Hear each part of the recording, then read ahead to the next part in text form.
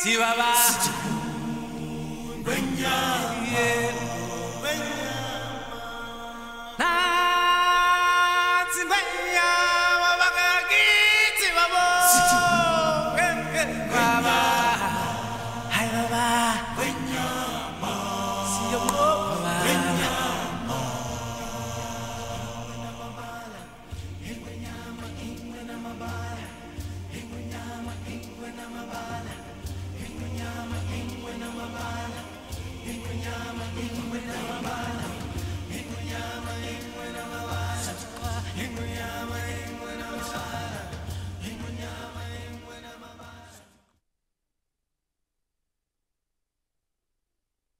¡Oh, qué pareja más tierna! Pequeñas semillas de romance floreciendo en la sabana. Vuestros padres serán muy felices el día que los dos os comprometáis. ¿Con qué? Comprometidos, apalabrados, novios.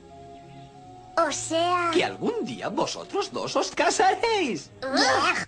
No puedo casarme con ella, es mi amiga. Sí, sería muy raro. Siento ser un aguafiestas, pero creo, queridos tortolitos, que no tenéis elección. Es una tradición de generaciones. Cuando yo sea rey será lo primero que anule. No mientras yo siga aquí. Entonces estás despedido. Lo siento, pero solo el rey puede hacer eso. Bueno, él es el futuro rey.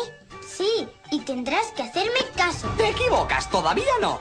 Y si sigues con esa actitud, me temo que vas a ser un rey bastante patético. Yo no lo creo así.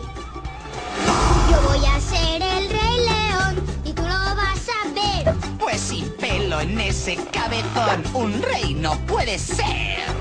No ha habido nadie como yo, tan fuerte y tan veloz. Seré el felino más voraz y así será mi voz.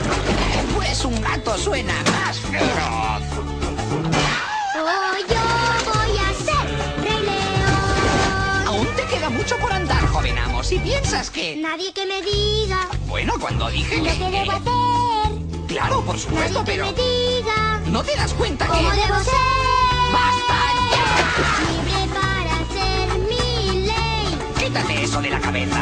Libre para ser el rey. Es hora de que tú y yo hablemos de verdad.